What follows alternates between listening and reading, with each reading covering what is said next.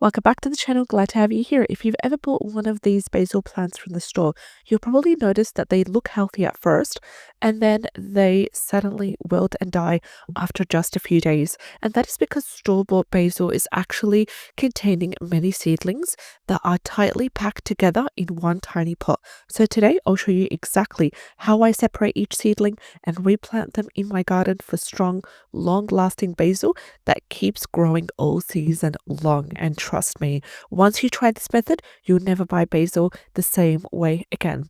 If you're new to the channel, hello, I'm Nora. I do daily videos talking about gardening, taking care of quails and chickens, as well as homesteading. If you enjoyed this kind of content, go ahead and subscribe to the channel. Click on the bell icon in order to be informed on all our new daily videos. So here's the secret: that lush store-bought basil isn't one big plant. It's actually 15 to 20 tiny basil seedlings grown together for quick sale.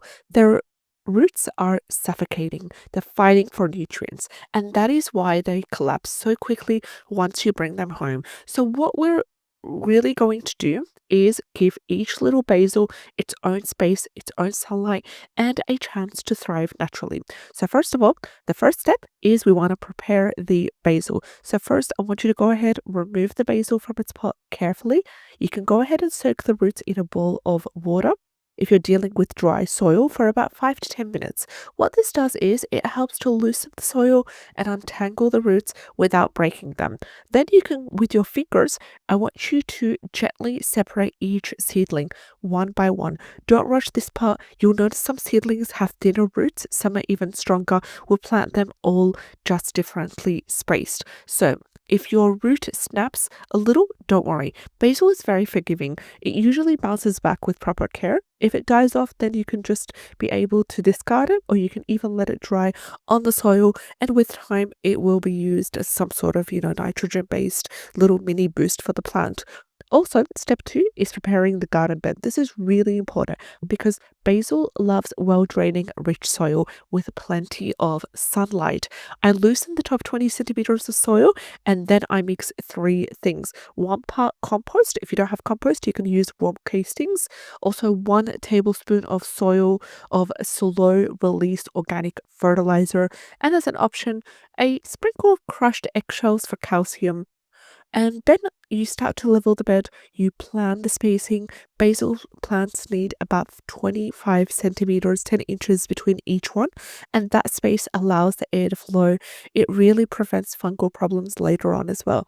Step 3 is to go ahead and plant the basil. Now that you have made the garden bed, it's now time to prepare to make small holes using your fingers or even a trowel deep enough to cover the roots but not the stem. Then I just go ahead, gently tuck each basil seedling, firm the soil gently around it, and then give it a really nice drink of water. I like to plant the basil near tomatoes, peppers, calendula. They're great companions and they really help each other grow better. Basil even helps to repel pests like whiteflies and aphids. And if you've been watching me here on the channel, you know I've been battling with aphids, and I've just, right now they're just taking control of the roses. So if you're dealing with aphids, I have a video for you linked to the description box below for the treatment of aphids using a simple spray bottle, as well as a couple of simple ingredients you can find in your kitchen.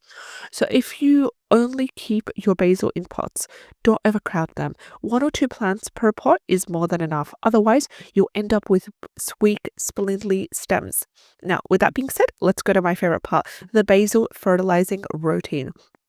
So here's how I feed my basil for strong, fragrant leaves. During week 1 and 2, I water with diluted seaweed solution in order to reduce transplant shock. In between week 3 and 5, I feed once a week with fish emulsion or compost tea. This really helps to boost leaf growth. And after that, every 2 to 2 weeks, I sprinkle warm castings or banana peel tea for potassium as well as magnesium. I also keep the soil evenly moist, not soggy, because basil hates wet feet. And here's my favorite trick. I pinch off the top leaves once the plant reaches 15 centimeters tall, and this really helps to encourage bushier growth and doubles the harvest as well. So let's talk about some pests, some protection tips that you need to know. because sometimes you'll notice the small holes or even black spots on your basil leaves, and that's usually from either aphids or slugs.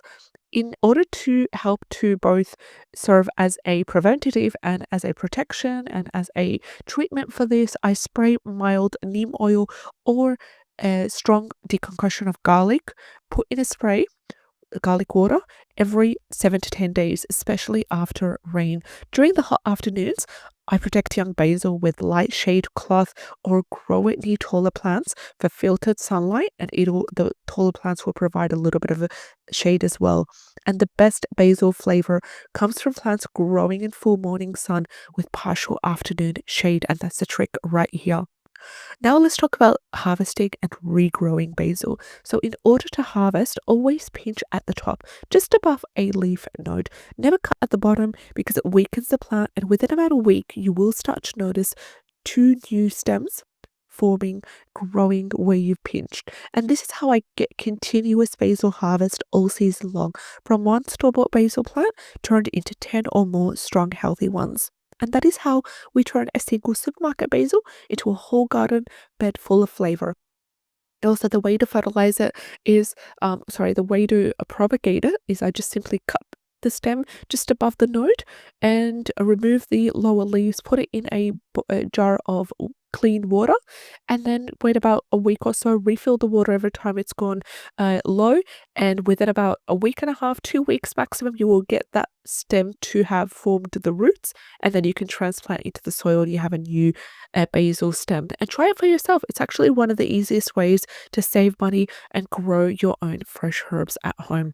Like this video if you have found it helpful, comment below if you've ever rescued a basil plant from the store, and subscribe to the channel for more real gardening tips and tricks and natural growing methods. I'll see you next time. Take care and have a great day. All the best.